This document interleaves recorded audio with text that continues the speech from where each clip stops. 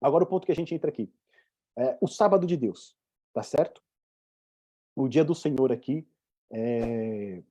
a respeito do próprio Deus. A gente viu lá em Êxodo capítulo 20, verso 10, né, que o sábado ele é chamado, é o sábado do Senhor teu Deus, tá certo? Então, esse dia, o sétimo dia, é o dia do Senhor teu Deus. Em Levítico capítulo 23, verso 3, diz o seguinte: 6 dias trabalhareis, mas o sétimo será o sábado, descanso solene, santa convocação. Nenhuma obra fareis, é sábado do Senhor em todas as vossas moradas. Tá bom? Então, mais uma vez aqui é declarado o quê? O sábado ele pertence a quem? A Deus. É dele o sábado. E aí depois em Neemias, né, no capítulo 9, verso 14, quando Neemias ali está fazendo um resgate, né, relembrando ali a história do povo de Israel, ele vai dizer o seguinte: o teu santo sábado lhes fizeste conhecer. Tá certo? Então a gente entende aqui que o sábado, ele é de quem? É do Senhor. O sábado pertence a ele, o sétimo dia pertence a Deus. E aí quando a gente vai avançando aqui no nosso estudo, olha o que diz aqui, ó. Êxodo, no capítulo 31, do verso 13 a 18, diz o seguinte pra gente, ó. Tu, pois, falarás aos filhos de Israel e lhes dirás: certamente guardareis o quê? Os meus sábados. Tá certo? Sábado de Deus. Pois é sinal entre mim e vós nas vossas gerações, para que saibais que eu sou o Senhor que vos santifica. Então o sábado pertence a Deus, e esse mesmo sábado, o dia do Senhor, ele é um sinal entre Deus e o seu povo. Por que é um sinal entre Deus e o seu povo? Primeiro, a gente viu lá, qual que era a relação do povo de Deus com a lei? Primeiro, o sábado é o dia do Senhor, porque ele é o memorial da criação, tá certo? E o sábado também, ele é o dia do Senhor, é o dia que é santificado, porque ele é um memorial da redenção, do resgate do povo de Deus lá no Egito. Tá certo? Então, o que significa? Ele nos criou, ele nos redimiu. Então, o dia do Senhor é um sinal de aliança.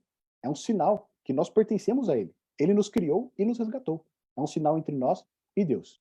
E aí no verso 14. Portanto, guardareis. Então, por conta disso, tá certo? Guardareis o sábado, porque é santo para vós outros. Aquele que o profanar, o quê? Morrerá. E aqui a gente tem uma advertência severa. Aquele que profana o sábado, vai acontecer o que com ele? Deve morrer. Pois qualquer que nele fizer alguma obra será eliminado do meio do seu povo. 6 dias se trabalhará, porém o sétimo dia é o sábado do repouso solene, santo ao Senhor. Ó, santo para quem? Para nós? Ao Senhor, tá certo? Qualquer que no dia do sábado fizer alguma obra morrerá. E aí depois ele avança. Pelo que os filhos de Israel guardarão o sábado, celebrando por aliança o quê? Perpétua nas suas gerações. Ou seja, esse aqui é um mandamento, é um estatuto, é um símbolo, é um sinal, o quê? Perpétuo. O povo de Deus vai fazer o quê? Santificar o dia do Senhor. No verso 17. Entre mim e os filhos de Israel é sinal para sempre. De novo, ele enfatiza essa questão. É um símbolo da aliança, é um símbolo do povo de Deus, que foi criado por ele e resgatado por ele. Porque em 6 dias fez o Senhor os céus e a terra, e o sétimo dia descansou, e tomou alento.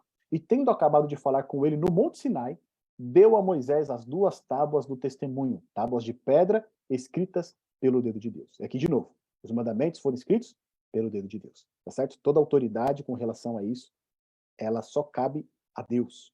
E aqui entra um ponto interessante, que a gente vê que a advertência aqui ela é muito severa, tá certo? Com relação ao sábado, santo dia do Senhor.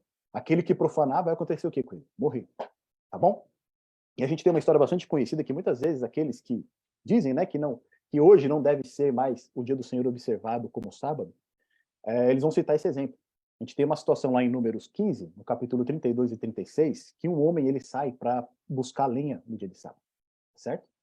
E ali algumas pessoas pegam ele pegando a lenha, né, buscando lenha, e levam para Moisés para saber o que tinha acontecer com ele. Só que olha que interessante aqui, esse homem ele fica preso até que Deus então diga o que tem que acontecer com ele. Mas Deus já não tinha falado o que tinha que acontecer? O que a gente acabou de ler aqui. Portanto, guardareis o sábado, porque é santo para vós outros. Aquele que o profanar, o quê? Morrerá. Tá certo? E a gente fala, isso aqui é severo. E a gente se pega muitas vezes com essa questão do sábado, né, do dia do Senhor. Mas se a gente olha outras leis, por exemplo, se o filho maltratasse o pai ou a mãe, ele também deveria morrer. Se uma menina fosse pega fornicando, né, sem ser com um homem, sem ser o marido dela, ela também deveria ser apedrejada. E o rapaz também. Então, assim, existem várias punições que existem aqui, né? Que a gente olha no Antigo Testamento, que elas são severas, tá certo? São muito severas. E por que isso? A gente tem que lembrar que o povo está debaixo de uma teocracia. Ou seja, Deus aqui, ele é o rei do povo também, é ele que governa sobre o povo. E a sua lei não pode ser o quê? Passada por alto, tá certo? A gente vê lá em Romanos que o salário do pecado é a morte. E aqui tem um ponto interessante que a gente usa essa questão da severidade, né, em Números, capítulo 15, verso 32 e 36, quem quiser depois ter interesse de ir lá relembrar essa história. Só que qual que é o contexto dessa história, tá? Esse homem foi apedrejado até a morte. Mas se você ler em Números, capítulo 15, do verso 25 ao 31, o que é dito ali? Que os sacrifícios que eram realizados, eles faziam expiação por todos os pecados cometidos por ignorância. Tá certo? Então, se alguém pecasse sem saber o que era para ser feito, os sacrifícios que eram realizados, eles provisionavam ali expiação. Tá certo? A pessoa não era condenada por aquilo. Porque o quê? Era uma ignorância dela. Mas agora, quando ela sabia o que tinha que fazer, e mesmo assim ela se rebelava, ela agia contra, então a punição tinha que existir. E aí, logo depois que é dito isso, entra essa história desse homem que sai no sábado, então, do dia do Senhor, para buscar lenha. E aí a pergunta que a gente faz, ele não sabia? Ele já não tinha sido advertido? Ou será que era um pecado que ele estava cometendo por ignorância? Não tem como ser por ignorância. Porque na própria sexta-feira, quando o maná cai em dobro, era um testemunho do quê? Que no sábado é o dia do Senhor, santo dia ao Senhor, era o dia de repouso solene. Tá certo? Então, quando ele sai no sábado para fazer outros afazeres ali, o que ele está demonstrando? Ele está agindo em rebelião contra a lei de Deus. E aí, a punição capital tem que ser aplicada. Tá bom? Então, aqui a gente esclareceu essa questão. O sábado de Deus, ele é o quê? Um sinal entre o povo e Deus. E aí a gente tem outros textos aqui que dizem a mesma coisa. Olha lá, Êxodo capítulo 31, verso 16 e 17, a gente acabou de ler esse texto, tá certo? Ele é o quê? É um sinal entre Deus e seu povo para sempre. Agora, Ezequiel capítulo 20, verso 12, também diz a mesma coisa. Ó, também lhes dei os meus sábados para servirem de sinal entre mim e eles. Tá certo? Os sábados do Senhor. Os sábados de Deus. O sétimo dia. Ezequiel capítulo 20, verso 20, diz o seguinte: santificai os meus sábados, pois servirão de sinal entre mim e vós. E agora eu gostaria de ler um texto com vocês que está lá em Isaías, no capítulo 56, no verso 4 a 7. Quem que puder encontrar esse texto para a gente e abrir? Isaías 56, do verso 4 ao verso 7. Porque quando a gente lê esses textos, muitas pessoas argumentam o seguinte: olha só, Deus está dizendo que o sábado, o dia do Senhor, ele é uma aliança entre ele e o povo de Israel. Mas hoje, no tempo em que nós estamos vivendo, não é mais dessa maneira. Tá certo? Então, é um símbolo entre Deus e o povo de Israel. Agora, nós não fazemos mais parte do povo de Israel. Nós estamos numa nova dispensação. Portanto, o sábado não é mais o símbolo dessa aliança. Ele não é mais o sinal dessa aliança. Tá certo? O sinal agora da aliança é o quê? É o batismo, muitos vão dizer. Só que não é por aí. Olha o que diz lá em Isaías, capítulo 56, do verso 4 até o verso 7. Quem encontrou, pode abrir o microfone e fazer a leitura para a gente, por favor.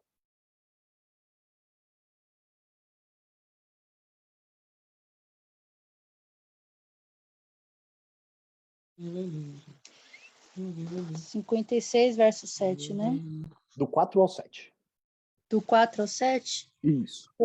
Pois assim diz o Senhor: eu abençoarei os eunucos, que guardarem os meus sábados, e fizerem o que me agrada, e se apegarem à minha aliança.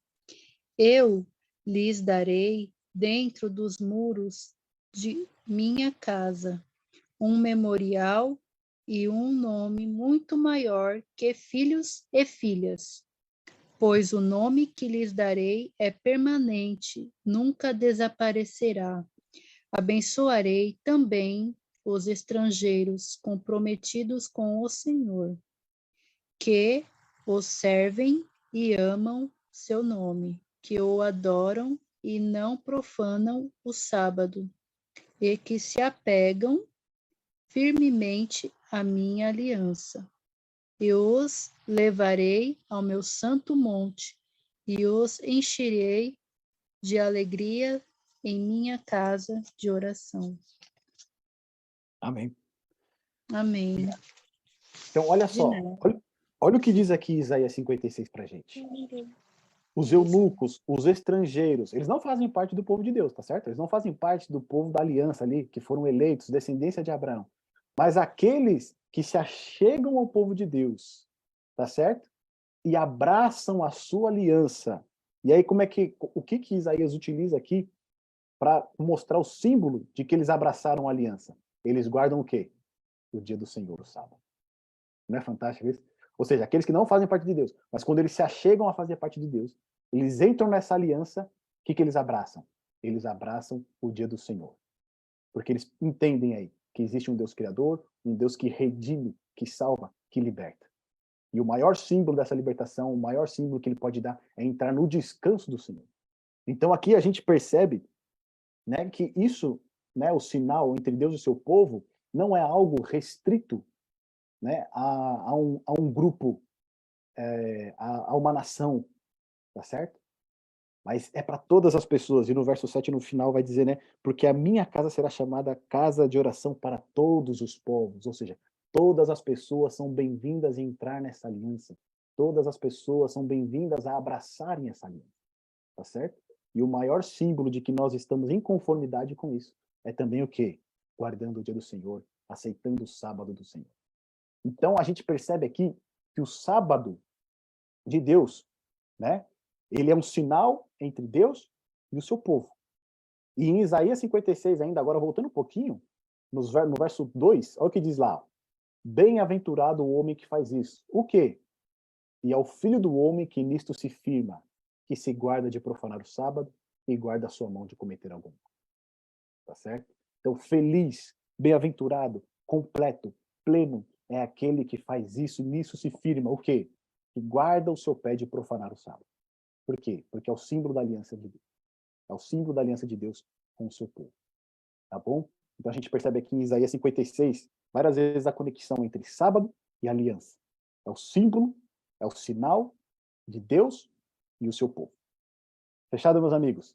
Em Isaías 58, de novo, ele vai dizer, né? Se desviares o pé de profanar o sábado, de cuidar dos teus próprios interesses no meu santo dia, de novo, o meu santo dia.